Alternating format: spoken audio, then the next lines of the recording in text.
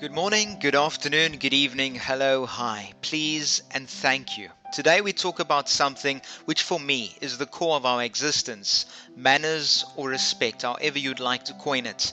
My grandfather always used to tell us that on his first day to sub A, now grade 1, there was a sign in the front of the classroom which read, "Manners maketh man."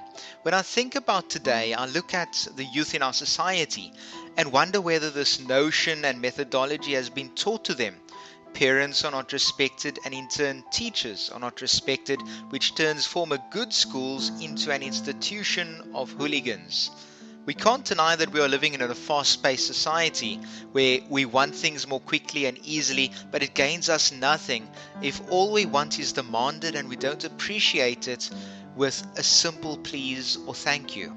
Now, working in the restaurant industry for 5 years this year, I've come across many tables where people either don't greet me or they don't make eye contact for one or other reason.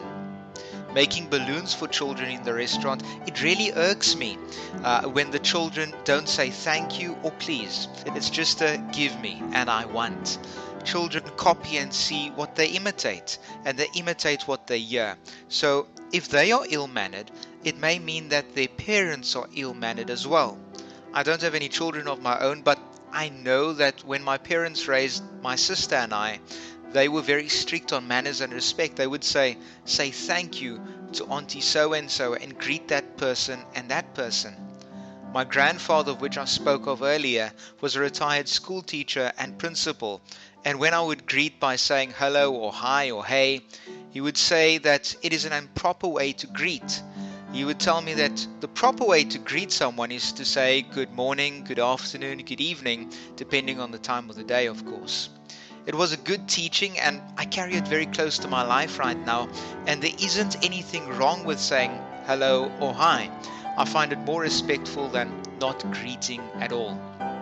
Now recently, I greeted a colleague at work. I greeted him once with no response. I then greeted him louder a second time, and still there was no response. I'm sure he might not have heard me the first time, but the second time was loud enough, and I greeted him by his name.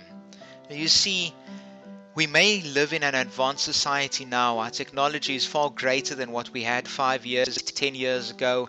But it seems that with the speed of the age in which we are right now, we have lost our morals along the way.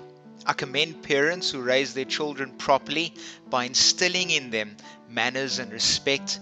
And when a group of children in a high school were asked, "What is respect? And who do you respect?" the common answer was, "I respect those and that person who respects me." When the same class of children were asked whether this only applies to their peers or to the elders as well, they said it applies to everyone.